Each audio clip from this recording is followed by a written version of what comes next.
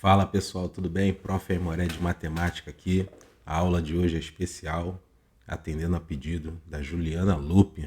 Ela queria estudar sobre elipses e aí tá aí o videozinho. Elipses, seções cônicas. Já deixa o seu like, curta, compartilha com os colegas. E é assim, você pediu um tema, o prof faz aqui. Beleza, galera? Então vamos que vamos. Muito bem, para começar aqui, eu vou dar uma pegada, né, antiga, porque o estudo das elipses, né, ele é bem moderno, porém, ele se iniciou lá atrás, na época dos gregos, tipo, antes de Cristo, né? O Apolônio de Perga foi o mais importante, porém, antes do Apolônio já tinham alguns geômetras gregos que estudavam essa parte das seções cônicas. E foi mais ou menos assim como eu tentei esboçar aqui. O Apolônio ele evoluiu os estudos das seções cônicas, que antes dele, como era feito? Você tinha apenas seções perpendiculares à geratriz. Então você tinha um cone agudo, né, com esse ângulo aqui agudo, menor do que 90 graus. Aí você fazia uma seção perpendicular a ele, dava uma elipse, tá?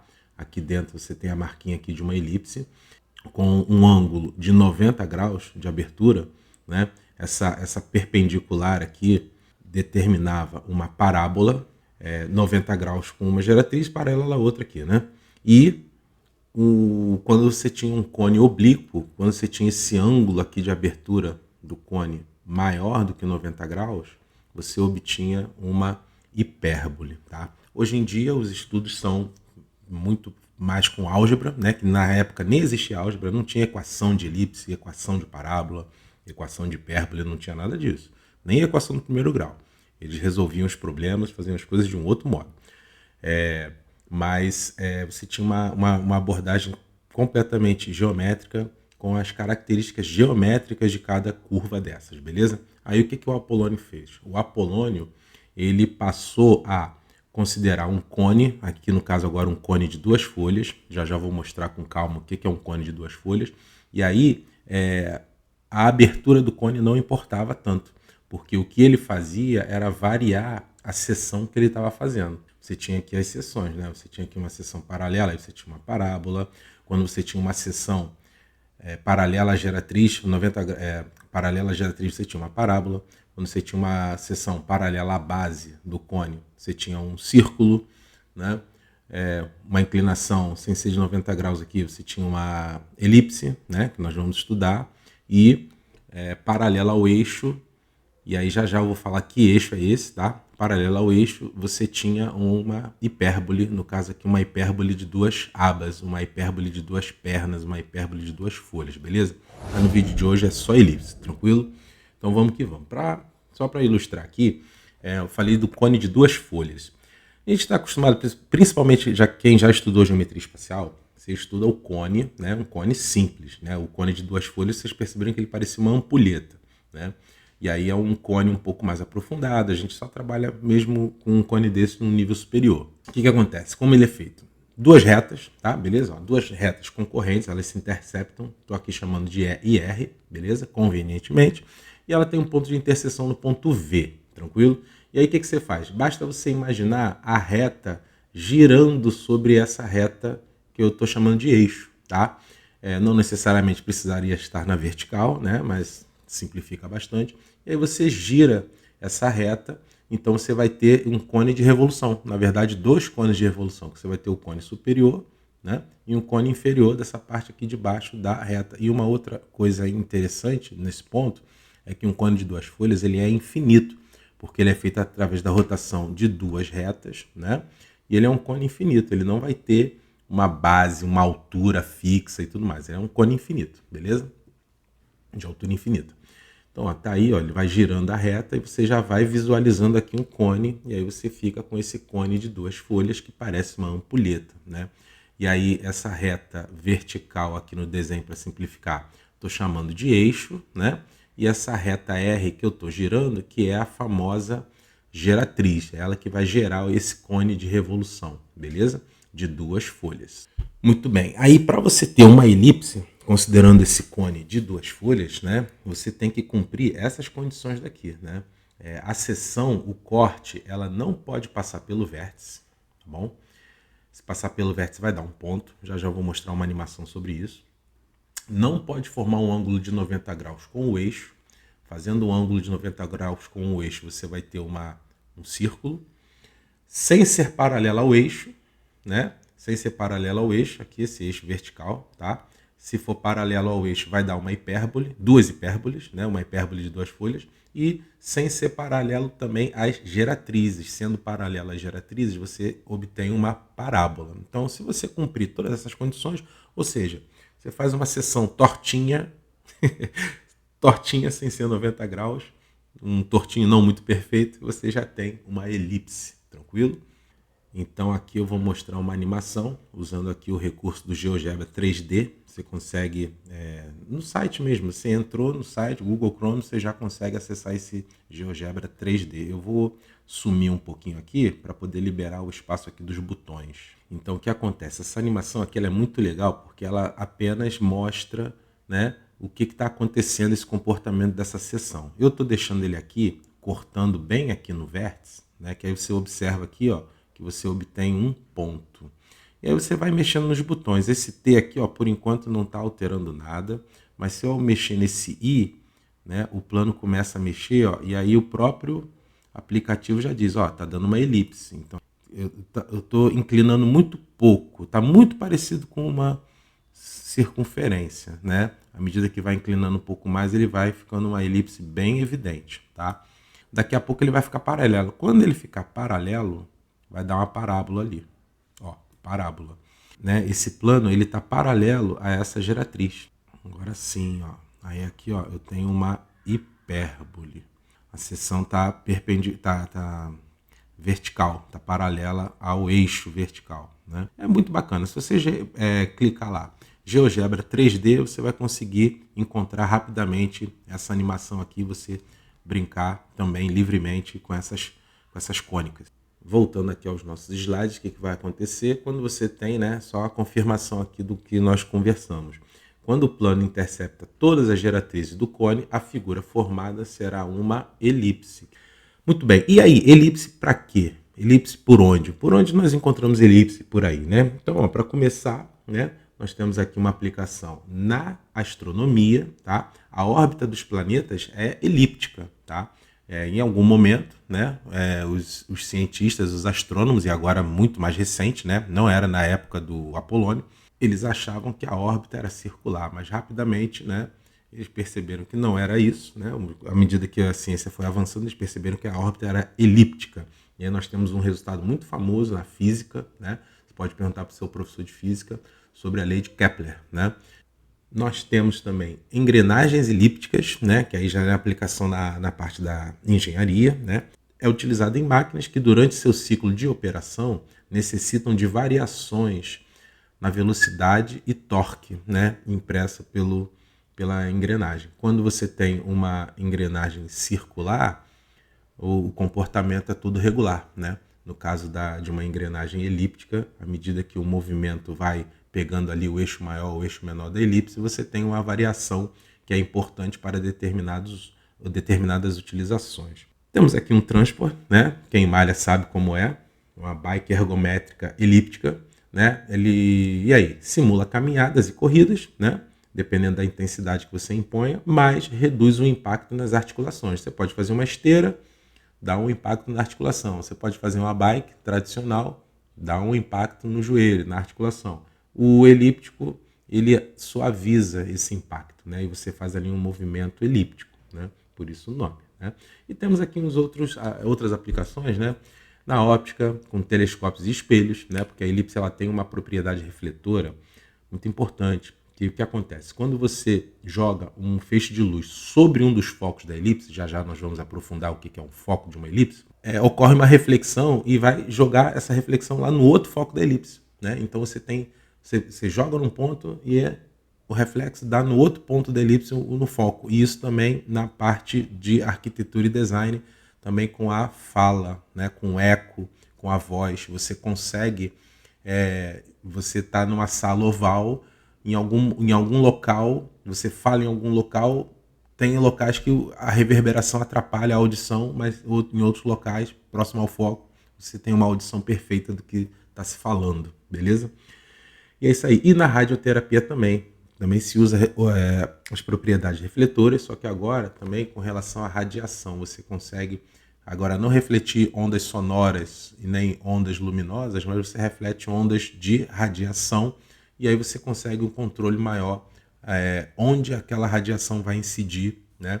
E é conveniente na medicina que você jogue radiações, né, radioativas na pessoa no local importante, não em outros locais, né? Isso é muito importante. Muito bem, então vamos agora aqui à definição de elipse, tá? Uma definição formal de elipse, e nós vamos entender cada detalhezinho que temos aqui. Então, ó, dados dois pontos, F1 e F2, cuja distância focal é 2C, e esse 2C aqui, já eu vou dizer por que 2C, e não uma distância qualquer, né? E por que chamar essa distância justamente de 2C, ou 2 alguma coisa, 2 vezes C.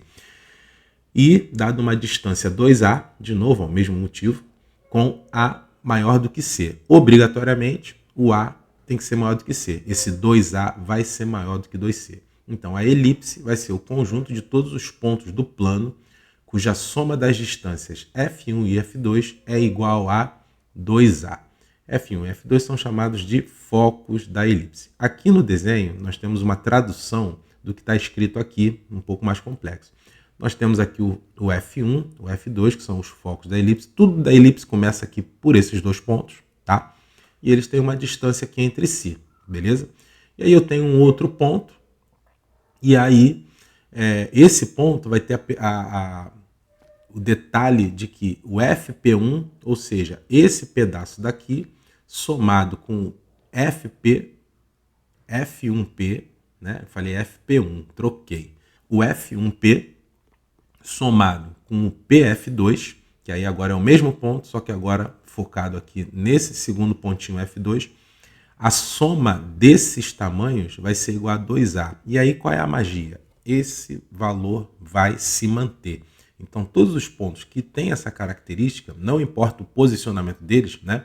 Ali o P está do lado direito, ali um pouco acima, mas qualquer ponto com essa característica vai pertencer, vai determinar, vai caracterizar a elipse. Vamos ver isso aqui de um jeitinho especial. Muito bem, mais uma vez aqui o nosso GeoGebra. Então, ó, eu tenho aqui o A e o B. Esse A e B aqui estão fazendo as vezes do F1 e F2. E eu tenho aqui um ponto C, tá? Que é o nosso ponto P. Eu podia ter renomeado isso aqui, eu não renomeei, dei mole. Pronto, agora eu não dei mole mais não. Tem aqui o F1, F2 e aqui eu tenho o ponto P e eu posso mexer aqui no ponto P. Não olha ali para o lado esquerdo ainda não, tá? Aqui eu tenho as definições, né? Para poder criar isso tudo que nós criamos aqui. Agora o ponto P, ele está aqui mexendo, certo? Então o que acontece? Quando eu ligo o FP1, tá? Que é aquela primeira linha, e eu ligo aqui o FP2, esses F e G, eles estão mudando, né? Ó, agora o F está pequenininho e o G está grandão. Agora aqui o F está grandão e o G está pequenininho. Eu vou colocar agora as medidas. E essa medida aqui é uma medida aproximada. Como isso aqui é um software ou computador que faz as contas, ele até me permite essas medições com muito mais casas decimais. Só com uma casinha decimal tá bom pra gente. Então, o que acontece? Eu vou mexendo aqui, ó, e eu vou vendo a mudança. Ó. Agora o F está medindo 1,8 e o G está 8,2. Aqui o F está 7,6 e o G está 2,4. Se você é rápido de conta, você já percebeu o que aconteceu. A soma deles, tá, é igual a 10. E você pode olhar aqui nesse cantinho esquerdo aqui embaixo, ó, que eu vou mexendo, as numerações estão mexendo. Se você olhar aqui, ó, 1,5, 8,5. É o que está escrito aqui, 1,5, 8,5. E aqui embaixo, ó, 10. Eu mexo para cá, mais uma vez, ó, mudou a numeração. Aqui eu tenho 6,4, 3,6. Aqui está escrito também, 6,4, 3,6. E aqui continua 10. Então, esse ponto P, ele tem a característica de que da soma F1P mais F2P, está dando sempre 10. 10 é um número abstrato, tá? Né? Ele se move sobre essa curva que é a elipse, beleza? ainda temos a questão do 2A e do 2C. Já já eu volto a falar nisso, beleza, galera? Então, agora, ó, tentando construir a elipse com papel e caneta. Olha só esse videozinho da representação da elipse com papel e caneta. Muito fácil, é só fixar os pontos F1 e F2, que são os focos. Você pega um barbante esticadinho, maior do que o barbante com tamanho 2A. E tem que ser maior do que 2C. Por quê? Se o 2A for do mesmo tamanho que o 2C, que é a distância entre os focos, ou menor, o barbante, você não consegue amarrar o barbante nos pontos, tá? Então, o 2A tem que ser maior do que o 2C para esse barbante ter essa folguinha. E aí você consegue mexer com o lápis, né? Como está acontecendo aí, e aí você tem a nossa elipse desenhada com papel e caneta, e era assim que os antigos faziam. E hoje em dia, muitos jardineiros fazem assim também. Se você quiser fazer um jardinzinho oval, é só você fincar 2 estacas no chão, pega uma corda, amarra e pronto. Você já vai ter uma oval perfeitinha, perfeitinha. E aí você sempre vai ter aquilo ali, né? Ó, F1R, RF2, somado. F1P mais PF2, F1Q mais QF2. Essa parte chata algébrica, mas só está querendo dizer que a soma dos segmentos vermelhos, a soma dos segmentos verdes, a soma do segmento azul, a soma do segmento cinza, vai sempre dar 2A, é sempre a mesma. O 2A, por enquanto, deixa quieto. Vai dar sempre o mesmo valor, tá? E aí fica conveniente representar as medidas assim, com esse 2A, com esse 2C. Por quê? Por causa dessa representação, que ele é o esquema para esquentar, para a gente conseguir encaixar o plano cartesiano aqui. Aí o que acontece? Tirando a ideia do foco, eu presto atenção aqui no centro da elipse, tá? Que aí eu fico com o centro, meio da elipse direitinho, e aí quando eu pego o valor de 2C, que é a distância entre os focos, eu fico com uma medida de C do lado esquerdo, do lado direito, e uma medida C do lado esquerdo, tá? Então eu fico com CC, 2C, beleza? 2A também. Por que 2A? Você tem uma reta horizontal, você está colocando essa reta vertical, tá, no ponto médio. Ela está dividindo o segmento ao meio, tá? Então aqui é o ponto médio. E ela aqui tem um ângulo de 90 graus. O segmento de reta, a reta que divide um segmento no ponto médio e faz um ângulo de 90 graus, ela é chamada de mediatriz. E uma das características da mediatriz é que ela é equidistante aos pontos considerados. Então, quando eu pego esse ponto B1 aqui, que está em cima da mediatriz, ou até mesmo esse ponto B2 aqui embaixo, ela está equidistante ao F2 e também ao F1. Eu nem vou puxar a linha aqui, porque senão vai dar ruim, né? Não vai ficar uma linha perfeita. Então, essa medida é a mesma, e é a medida A, e aqui do lado esquerdo também é a medida A, então você vai ter o 2A. Essa ideia do 2C e 2A é para aproveitar essa simetria obtida aqui, tá?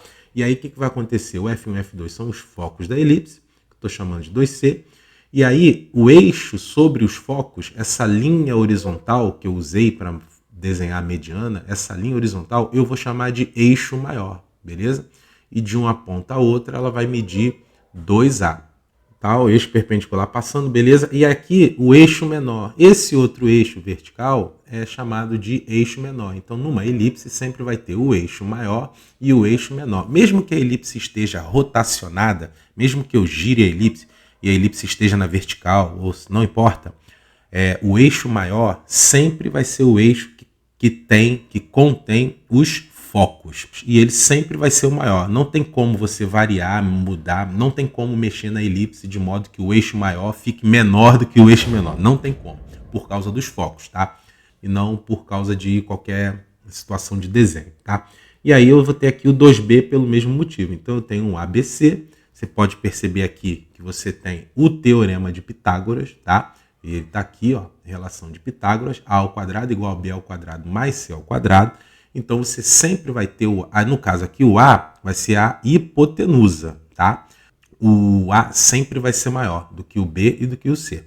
E aí você tem um conceito aqui muito importante, que é a excentricidade da elipse, beleza? É um número que vai fazer referência ao aspecto da elipse. Então a excentricidade é que vai dar a cara da elipse, ou vai traduzir a cara da elipse. E, importante, a excentricidade é sempre um número entre 0 e 1.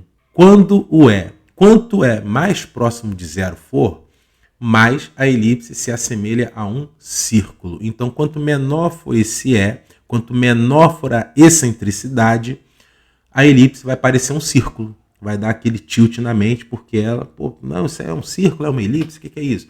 E quanto é mais próximo de 1, tá? Mais próximo do 1, mais a elipse se assemelha a um segmento de reta. O que você vai ter? Você vai ter uma elipse achatada, esticadinha, achatadinha, muito se assemelha a um segmento de reta. Claro que nunca vai ser um segmento de reta, tá? Ela sempre vai ter esse aspecto oval, mas vai ser um oval muito achatadinho, que de repente, você olhando de longe, parece que é uma linhazinha grossinha, tá? E aí, quem dá isso é a excentricidade. Ele é o cosseno desse ângulo alfa, tá? A inclinação desse A frente à horizontal tem um ângulo que eu vou chamar de alfa. Então, o cosseno desse alfa é a excentricidade.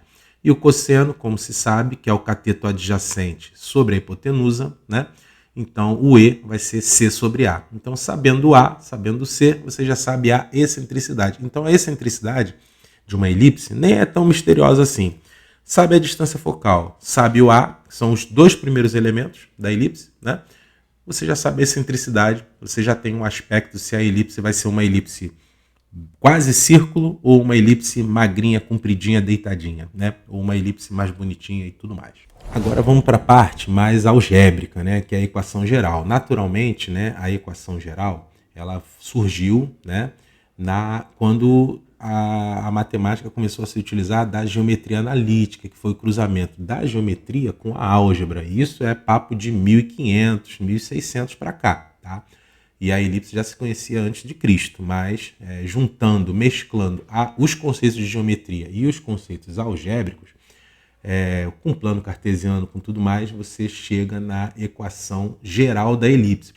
E aqui eu tenho uma elipse tortinha, né? Porque a equação geral, estou botando uma elipse aleatória. Então, você tem o conceito, né, que a gente já conhecia, o PF1 mais PF2 igual a 2A. Mas aí eu vou usar um conceito da distância de pontos.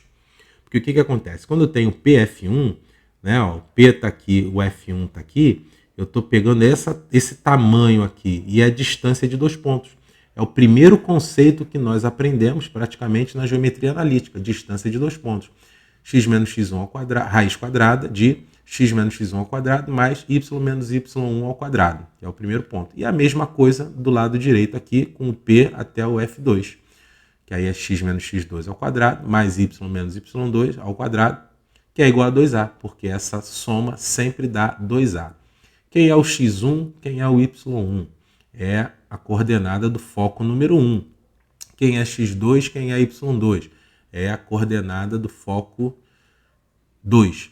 E o x, y é uma forma genérica de representar o ponto P. Aí aqui, como eu estava comentando, né, você tem a equação reduzida da elipse, que aí você vai ter os eixos da elipse sobre os eixos coordenados e centro na origem. A ideia do 2A e do 2C, né, quando definiram a elipse pela primeira vez, ninguém estava pensando em 2A e 2C, né? Mas quando nós mesclamos com a geometria analítica, e aí você posiciona o centro da elipse na origem do plano cartesiano, os cálculos ficam muito mais fáceis, porque aí o foco ele vai ter um ponto C para o x, 0 para o y, e ele vai ter um ponto menos C para o x e 0 para o y. O tamanho é C do mesmo jeito. C para a direita, C para a esquerda. E aí você tem aqui o ponto A, que aí no caso é A,0, e aqui ó, menos A,0, também posicional. E o B, mesma coisa, só que agora é eixo Y, ó, 0B, e aqui embaixo você tem 0 menos B. Ou seja, com essa produção de zeros nas coordenadas, a equação fica muito fácil e essa equação gigantesca aqui, ela recai depois de um pouquinho de álgebra, passa para lá, passa para cá, muda de lado, substitui. Você fica com essa equação aqui reduzida, x ao quadrado sobre a ao quadrado, mais y ao quadrado sobre b ao quadrado, sendo que o a sempre é o maior número. Então, sempre está no eixo maior, tá? Se você tem o eixo maior sobre o eixo x, paralelo ao eixo x, né? Você tem o x ao quadrado sobre a ao quadrado.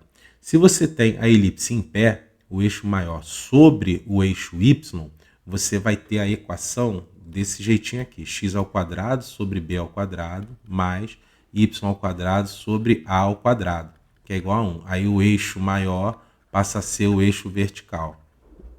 Agora, só vou mostrar aqui uma variação, que é uma elipse também, né? Uma equação reduzida de elipse. É uma elipse também paralela, né, aos eixos vertical e horizontal, só que aí ela está um pouco deslocada, ela está descentralizada. Eu pego a elipse, puxo para qualquer lugar do plano cartesiano. Os eixos maior e menor continuam paralelos, respectivamente, ao x e ao y, mas o centro da elipse não está mais no centro, a origem do plano cartesiano, vai estar deslocado. E aí você tem essa equação aqui, x menos x0 ao quadrado, y menos y0 ao quadrado, respectivamente sobre A2 e sobre B2, igual a 1. Esse acréscimo aqui de x0 e y0, que é a coordenada do centro. Ó, centro C está aqui embaixo x0, né? E aqui na vertical y0, beleza? Muito bem, agora vamos para a prática. Vamos treinar aqui, tá? Então vamos lá. Exercícios, achar a equação reduzida de cada elipse. No caso aqui, ó, o 13 é o A, tá? A letra A está com uma elipse azul, então eu vou fazer com uma caneta azul.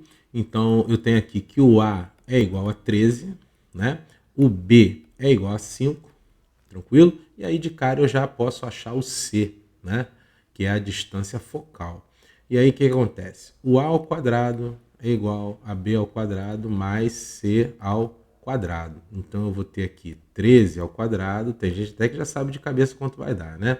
5 ao quadrado mais C ao quadrado. Vai dar 169 igual 25 mais C ao quadrado. C ao quadrado igual 144. Então C é igual a mais ou menos a raiz quadrada de 144, que é mais ou menos 12. Então aqui, ó, quando eu marco 12 aqui, esse aqui é o F2. Quando eu marco menos 12 aqui, esse aqui é o F1. Eu quero a equação reduzida da reta. É só escrever x ao quadrado sobre a ao quadrado, porque o eixo maior está horizontal. Então aqui, ó, 13 ao quadrado mais y ao quadrado sobre 5 ao quadrado igual a 1. Então eu fico com x ao quadrado sobre 169 mais y ao quadrado sobre 25 igual a 1. Essa é a equação reduzida da elipse. Então aqui eu achei a equação reduzida e a sua excentricidade. Na letra B eu tenho uma elipse vermelha, então eu vou fazer a conta, né, com uma caneta vermelha. Aqui eu tenho o B igual a 6. Perceba que aqui, ó, eu tenho o F2C igual a 8. Então, vou achar o A. A ao quadrado igual B ao quadrado mais C ao quadrado. B ao quadrado, 6 ao quadrado mais 8 ao quadrado, que dá 36 mais 64. Então, o A vai ser mais ou menos a raiz de 100. 36 mais 64 dá 100. Então, A igual a 10. X ao quadrado sobre A ao quadrado, que fica 10 ao quadrado, mais Y ao quadrado sobre B ao quadrado, que é 6 ao quadrado, igual a 1.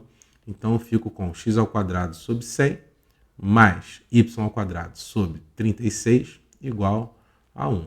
Beleza? Gostou? Qualquer coisa, comente aí embaixo. E aí o E, excentricidade, vai ser C sobre A, 8 sobre 10. Beleza? Que é 0,8. A letra C, a elipse está em pé e ela é verdinha, então vamos que vamos. Então aqui, ó, o eixo ele é vertical, né? O eixo maior ele é vertical, então o A está na vertical. Então já vou colocar aqui, ó, A vertical, beleza? O C é 12 e no caso o B é igual a 5. A ao quadrado igual B ao quadrado mais C ao quadrado. Então, ó, A ao quadrado igual 12 ao quadrado mais 5 ao quadrado. A ao quadrado 169, tá? Só dá uma olhadinha ali do lado. A igual mais ou menos a raiz quadrada de 169, que é 13. X ao quadrado sobre 25 mais y ao quadrado sobre 169 igual a 1. Então, só invertir aqui a ordem do A e do B, beleza? O eixo maior, o número maior do denominador, fica na vertical, porque a parábola está na vertical. E a excentricidade continua sendo C sobre A, continua sendo 12 sobre 13, tranquilo? Ah, não, mas agora aqui é 5. Não, a excentricidade sempre vai ser C sobre A, tranquilo? Sempre, sempre, sempre, sempre. Então, fechou aqui. Ok. Muito bem, vamos agora achar a equação reduzida dessas duas elipses que estão descentralizadas. Aí já podemos perceber aqui que o eixo maior, tá? Você tem aqui, ó, de 3 até 8. Então aqui eu tenho uma medida de 5, tá? E aqui na vertical eu vou do 2 ao 6. Eu tenho uma medida 4. O eixo maior. Então você tem aqui, ó, só a primeira perna, 5. Esse cara é o A. E o 4, esse cara é o B. Então a equação reduzida, né, vai ser como? Como ela está deslocada, eu vou ter que prestar atenção, né, nesse ponto C.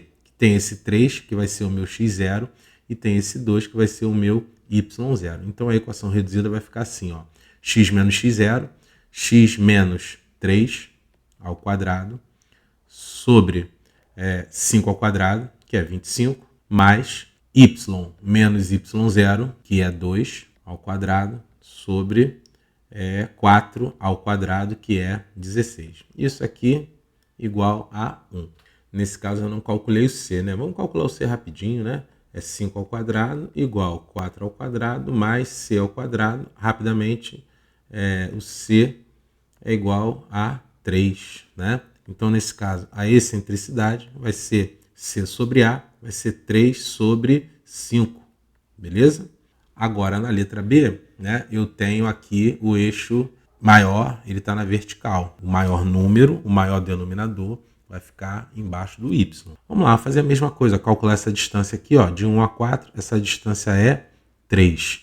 Menos 4 a menos 8, essa distância é 4. Não estou nem preocupado com negativo, com positivo, nada disso. É só você ver a distância mesmo e beleza. Esse cara é o A, 4 é o A e B é o 3. Tranquilo? Então a equação vai ser, esse 1 aqui é o x0, né? E aqui o menos 4 é o y0. Então eu vou ter x menos x0, x menos 1 ao quadrado, sobre 3, né? 3 ao quadrado, que é 9. E mais y menos 4. Um sinal de menos é da fórmula, o outro sinal de menos é do número, tá? E sobre 4 ao quadrado, que é 16. Igual a 1. Então, fechou. Só para ficar bonitinho, x menos 1 ao quadrado, sobre 9, mais y mais 4 ao quadrado, sobre 16 é igual a 1. Ah, eu não preciso desenvolver esse produto notável? Se você desenvolver esse produto notável, e primeiro, que só desenvolver o produto notável por desenvolver, você vai ficar com um numerador com uma expressão, com um trinômio, né? E nada. Quando você desenvolve com gosto, com disposição, você acaba tendo que fazer MMC, você vai acabar desconfigurando a equação reduzida. E aí você vai ter a equação geral da elipse. E como essa elipse está descentralizada, ela é uma elipse bem complicada, porque ela vai ter uma expressão completa, termo x ao quadrado, y ao quadrado, termo x, termo y. A gente costuma trabalhar com essas equações gigantescas, né, descentralizadas e sem ser reduzida, geralmente só na faculdade, tá? Você tem até aí do ladinho, né, a fórmula, que é a fórmula geral de todas as cônicas. Com essa fórmula que está aí, eu consigo caracterizar todas as cônicas possíveis e imagináveis da geometria analítica, né? Você tem nessa fórmula um ponto, você tem reta, você tem parábola, elipse, círculo e hipérbole, só variando esses coeficientes que você está vendo aí de ABC da equação. Muito bem, agora aqui vou fazer um movimento contrário. Eu vou achar a equação reduzida. Então vamos lá. Na letra A eu tenho 5x ao quadrado mais 3y ao quadrado é igual a 30. O modelo, é só você lembrar do modelo da elipse. Ah, você tem fração na elipse, tem x ao quadrado, ela é igual a 1.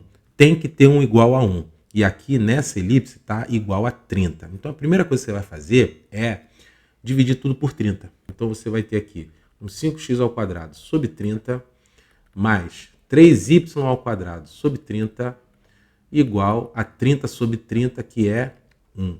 Aí aqui vai rolar um tchá-tchazinho, 6, 10. E aí eu vou ficar com x ao quadrado sobre 6 mais y ao quadrado sobre 10 igual a 1. E aí acabou. Essa é a equação reduzida da elipse. Que o a ao quadrado é 6. Logo, a é mais ou menos a raiz quadrada de 6. E o b ao quadrado é igual a 10. O b mais ou menos a raiz quadrada de 10. Você pode perceber que o b está maior do que o a. Raiz de 10 eu não sei quanto vale, mas é maior do que a raiz de 6. Então, na verdade, isso aqui está invertido. Essa elipse, ela tem o eixo maior vertical. Esse cara daqui é o b. Esse cara é o b. E esse cara daqui é o a, tá? Na equação, você não precisa ficar explicando. Você só tem aqui, ó, a equação é essa, tá? É só uma análise, uma conclusão, tá? Do que está acontecendo com o exercício. Ele só pediu para achar a equação reduzida, eu não tenho que desenhar, então pronto, está feito. Agora, na letra B, eu tenho aqui x ao quadrado mais 16y ao quadrado menos 6x menos 7 igual a 0. Muito bem. De cara, o que eu vou fazer aqui? X ao quadrado menos 6x mais 16, e aí eu vou colocar aqui igual a 7. Por quê? Porque de cara a elipse ela é igual a 1, né? Nunca igual a 0. Então o primeiro movimento para aparecer o 1 aqui é botar o 7 ali, jogar para lá o 7, para fazer alguma coisa semelhante ao que eu fiz na letra A. Só que agora o que acontece? Eu tenho um termo que é x. Esse termo x não tem numa equação reduzida normal quando você tem o centro na origem, tá? Então, essa elipse aqui, ela está fora da origem, elipse descentralizada. E aí, como é que eu vou resolver? Na equação, você vai ter aquele x menos x0 ao quadrado. Aquilo é um trinômio quadrado perfeito, eu vou ter que pensar numa fatoração aqui. Que fatoração é essa? Vou colocar aqui, ó, do lado, a fatoração que eu tenho que usar, que é a fatoração do quadrado da diferença. Vou ter que procurar aqui, ó, quadrado primeiro, menos 2 vezes o primeiro pelo segundo. Então, vai ter que rolar um 2 vezes. Aí você tem aqui o primeiro, que é x. Agora, o resultado é 6x. Para eu ter de 2x, eu ter 6x, eu vou ter que ter aqui um 3. 6x, ó, 2 vezes x vezes 3, 6x. Tá aqui. Faltou o termo quadrado do segundo, né? Quadrado do primeiro, 2 vezes o primeiro pelo segundo, quadrado do segundo, que não tem. E eu vou fazer uma manipulação algébrica. Eu vou somar 9, porque aí eu vou ter quadrado primeiro, x, está aqui nessa parte da fatoração. 2 vezes o primeiro pelo segundo, se eu tenho 2, que é da fórmula, eu tenho x, para dar 6, falta o 3. Beleza. Então, o número que eu quero é 3. E aí, o quadrado do segundo, quadrado de 3, é 9. Claro que eu não posso botar esse 9 aqui do nada. Então, para não alterar a equação, eu vou somar 9 aqui no final, do outro lado, no segundo membro. Com isso, eu vou ter a fatoração x menos 3 ao quadrado mais 16y ao quadrado igual a 16. 7 mais 9, 16. E agora ficou parecido com o começo da letra A. Eu tenho aqui 1 igual a 16, eu vou dividir tudo por 16. Então, ó, dividindo tudo por 16, eu vou ter x menos 3 ao quadrado sobre 16, eu vou ter 16y ao quadrado sobre 16, e eu vou ter 16 sobre 16. Simplificando onde dá, ó, 16 com 16, tchá, tchá, tchá, tchá. Novamente, tchá, tchá, tchá, tchá. Aí eu fico com a equação x menos 3 ao quadrado sobre 16 mais y ao quadrado igual a 1. E aí a equação reduzida, só que no caso ela é descentralizada. Então eu tenho aqui o eixo maior, no caso o A é igual a 4. Aqui o y2 não tem nada, é como se fosse um y2 sobre 1. Então naturalmente, nesse momento, o B é igual a 1. Eu vou ter aqui o centro da elipse, ó, x menos 3. Então no x eu vou ter 3. E aqui y não tem menos, né? Então é como se fosse menos zero. Então a segunda parte é zero, tá? Essa elipse ela está com o centro sobre o eixo x, né? No ponto 3, 0. Ela está um pouquinho mais para a direita, se eu tivesse que desenhar. E aí, se você quiser fazer o caminho contrário, que é desenvolver esse produto notável, fazer o MMC, tananana, você volta na equação lá de cima. Então, para quem estava querendo fazer o desenvolvimento, né, nos exercícios anteriores, vai dar uma equação estranha como essa da letra B, com x ao quadrado, com y ao quadrado, com x. Se ela for mais estranha ainda, vai ter um y, né? Mas o x, se tiver um x puro e um y puro, já sabe que ela está deslocada. Agora, achar a distância focal e a excentricidade. X ao quadrado mais 3y ao quadrado igual a 6. Eu vou dividir por 6. Então, eu vou ficar com x ao quadrado sobre 6. 3y ao quadrado sobre 6. Com 6 sobre 6. 6 e 6, ó. Dá 1. 3 e 6. Dá 1 sobre 2. Y ao quadrado sobre 2. E o x não tem nada. Não tem tchá-tchá. x2 sobre 6. Bom, o que acontece aqui? O A é a raiz de 6 e o B é raiz de 2. Então, A é igual a raiz de 6, B é igual a raiz de 2, A2 igual B2 mais C2. A distância focal, quem me dá é o C, né? E a excentricidade a gente já sabe que é C sobre A. Raiz de 6 ao quadrado igual raiz de 2 ao quadrado mais C ao quadrado. De novo aqui. Então eu fico com 6 igual a 2 mais C ao quadrado. E C ao quadrado é igual a 4. Então C é mais ou menos a raiz de 4, que é C igual a 2. Então a distância focal, que é 2C, então vai ser 2 vezes 2. Então a distância focal, 4 unidades de comprimento, né? E a excentricidade E é C sobre A, 2 sobre raiz de 6, que é um número irracional no denominador, não pode, eu tenho que racionalizar os denominadores, né? Vou multiplicar em cima e embaixo por raiz de 6. 2 raiz de 6, nada, raiz de 6 é 6. E aqui de novo rola um tchá-tchazinho. Então E finalmente é a raiz de 6, a excentricidade é a raiz de 6 sobre 3 e fechou. E para finalizar, eu vou fazer aqui um comentário sobre um assunto que é a área e o comprimento de uma elipse, né, que é super comum, porém a gente não aborda no nível médio, porque para chegar nesses resultados a gente precisa de matemática superior, que logo na matéria de cálculo 1, né, que é o cálculo diferencial e integral 1. E aí ali você, com o meio de recursos de integrais e derivadas, você consegue chegar nessas duas fórmulas. Muito bem, o exemplo aqui vai ser em cima da equação do GeoGebra, tá? Aquela equação do GeoGebra. Se alguém olhou no cantinho esquerdo, percebeu que tinha essa fórmula aqui, x ao quadrado sobre 25 mais y ao quadrado igual a 9. E aqui, naturalmente, eu vou ter que o A é igual a 5, né?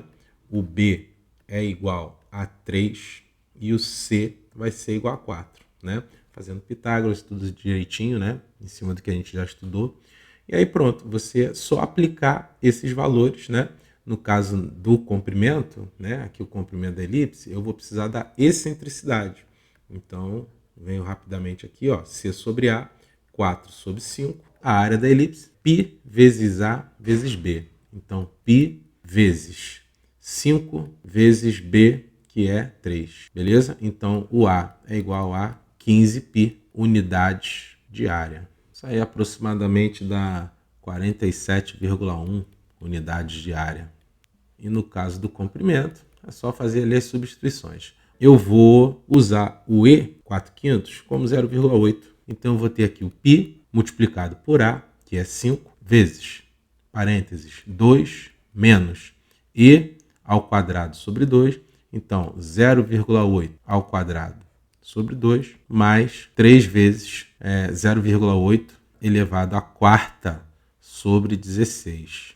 3,14 vezes 5 vezes 2 menos 0,8 ao quadrado dá 0,64 por 2, mais 3 vezes 0,8 a quarta sobre 16, que dá 0,4096. Bom, π vezes 5, 3,14 vezes 5 vai dar 15,7.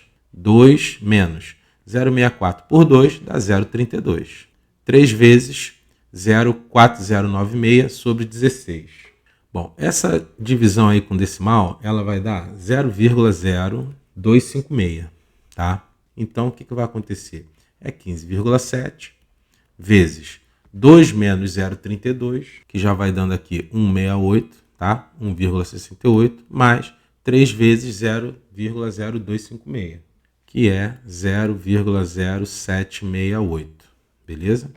15,7 vezes 168 mais 0,0768 vai dar 1,7568. E, finalizando, o comprimento vai ser 15,7 vezes 1,7568.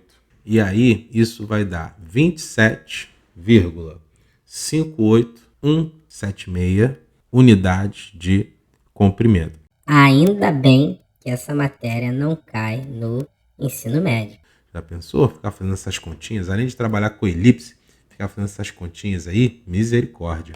Então é isso, pessoal. Fechamos aí mais um vídeo. Lembrando que esse vídeo aí foi um pedido da Juliana Lupe, que é a irmã da minha querida aluna Maria Lupe, né? E aí ela pediu, tá feito. Espero que você aprenda, tire a dúvida que você tinha e continue pedindo vídeo, que aí se eu puder fazer, se eu souber, né, a gente resolve, faz uma aulinha bacana. Beleza, galera? Não deixem de estudar matemática, curta, compartilhe o vídeo, comenta aí o que você achou, façam os seus pedidos e é isso, galera. Um abraço.